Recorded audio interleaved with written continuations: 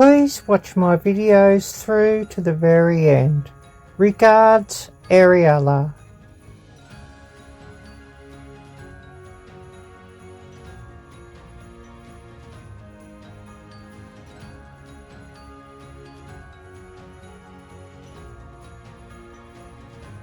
There's Montana. I know of a few others. And I mean, my dream would be to live in Montana. I really love the mountains and love the snow, and it's sort of something that I don't see here. It sort of gets a bit much at times, I think, the trolling and that. I've reinstated my other profile on Facebook and back on the anti-adoption group,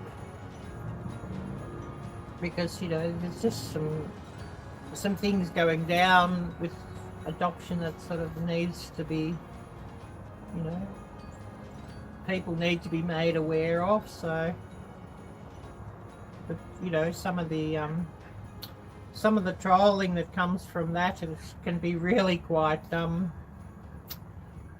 upsetting. Well, you know, honestly, Angie, adoption is only for pets. You know, it's not for children, it's not for babies. I mean, you know, when you deny a child her or his medical history from, you know, family medical history, when you deny the child to know where they came from, and you know, the changing of birth certificates to actually put the adopters as the parents, as if, you know, the child was born to the adopter, that's all so very wrong. And I mean, I am anti-adoption, but that doesn't mean that we're anti-care. You know, all the anti-adoption people, I just say, no, stop adoption as it is of children, but you know, where people have to be raised by strangers, it should be like under a permanent legal guardianship sort of arrangement, you know, where they get like a certificate of being raised by those people, or a certificate of being, you know, parenting certificate, or whatever you want to call it, but not actually changing their actual birth certificate.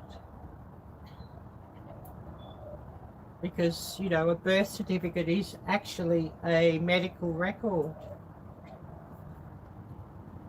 And I grew up with strangers, and they did, you know, of course, give me a fake birth certificate, which I'm now in the process of getting all annulled and returned to my true birth certificate. And I didn't know my family medical background or anything, because, you know, that's not the sort of thing that I'm allowed to know. And I've got some lifelong effects from not being allowed to know my actual. So, you know, you'd be talking more of like a permanent legal guardianship, you know, where the birth certificate is not changed. And, you know, I'd actually say that the child's name should never be changed either, except in, you know, extreme cases, you know, like a witness protection sort of scheme, whereas, you know, the parent's child, or actually the child's parents, Arielle, are actually a danger to the child. Whereas, you know, in most cases, that doesn't happen.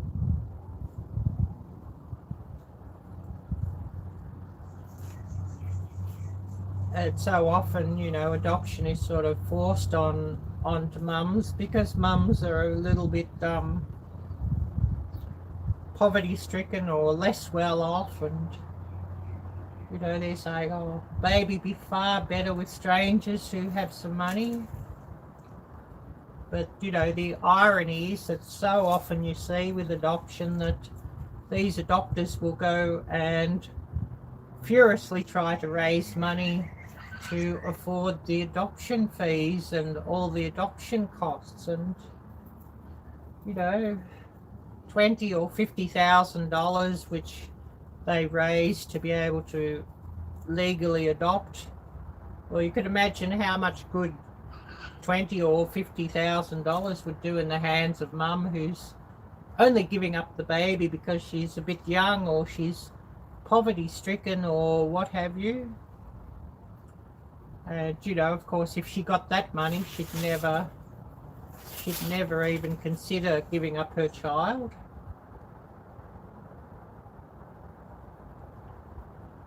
Yeah.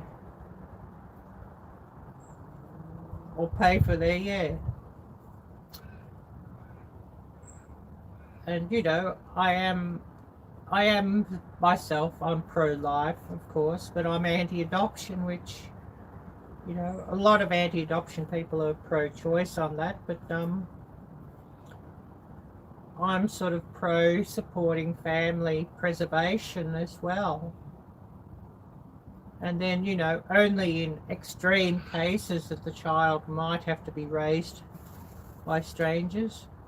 And, you know, so often where mum or dad cannot raise their kids, probably grandma or an aunt or an uncle, etc., or a cousin is probably quite willing to raise the child as well. And so the child, you know, would stay in the same family. You know, so often, so many of us, we would have been better off with our single mum than you know, put with a adopter's family. But my mum, she was a single woman and a single mum, but she was actually 44 when I was born, and she had one child 10 years before I was born. And of course, you know, he was a little boy and he died sort of 1 or 2 days after birth, so you know, she definitely didn't have a tribe of children. And you know, I was put, my adopters were working class and my mum was actually middle class, so you know, but it was just in those days there was such a stigma of being a single parent that that's why the adopters got hold of me. There was such, you know, such a stigma on single mums, so. But, you know, I would have been far better off with my mum. My adopters, you know, they outwardly probably appeared to be good people, but they were quite abusive, and my male adopter was actually an alcoholic and a wife beater, so, you know, not good. And adopters are often very, very skilled at passing, you know, all these background checks and home studies and the like. And often, you know, they've got enough money just to appear respectable. My male adopter, well, he'd be drunk in the pub every Saturday night, but you know, he'd be in church for Bible study and the service every Sunday morning. And you know, he'd be drunk in the pub probably 3 times a week or something. But you know, because he was a good church-going guy, because you know, he never missed a church service or what have you, he'd get a free pass. And you know, so many of these adopters, because they can, you know, work the system and appear respectable, get a pass. Yeah, I hate hypocrites, yeah, and he was quite a hypocrite. You know, come home drunk and give his wife a bit of a slap around because she told him off for coming home drunk again. Well, you know, but you know, she ended up leaving him when I was about 15 or 16. She'd had enough. So, you know, of course, adoptive families are no guarantee of a married couple remaining married.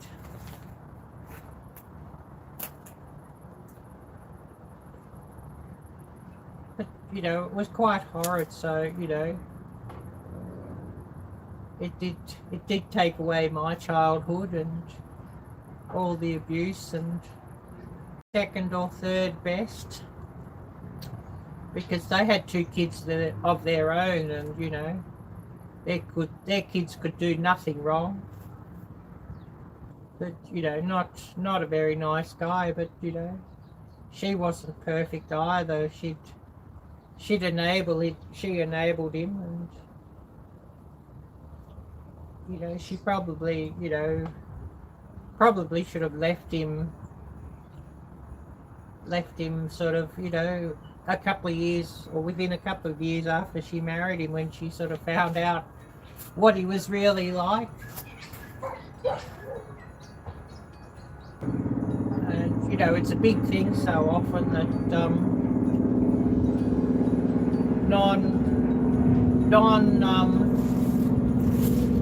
related children to carers often are abused by their carers because they're not genetically connected, and it's a bit like the male lion that kills the lionesses, non-related to him babies. If you've watched this little video through until the end, a huge thank you.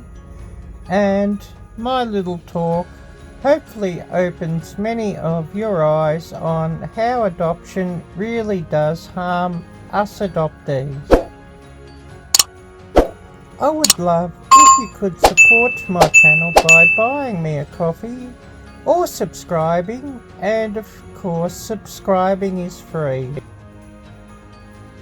Until next time, take care, God bless, and bye bye!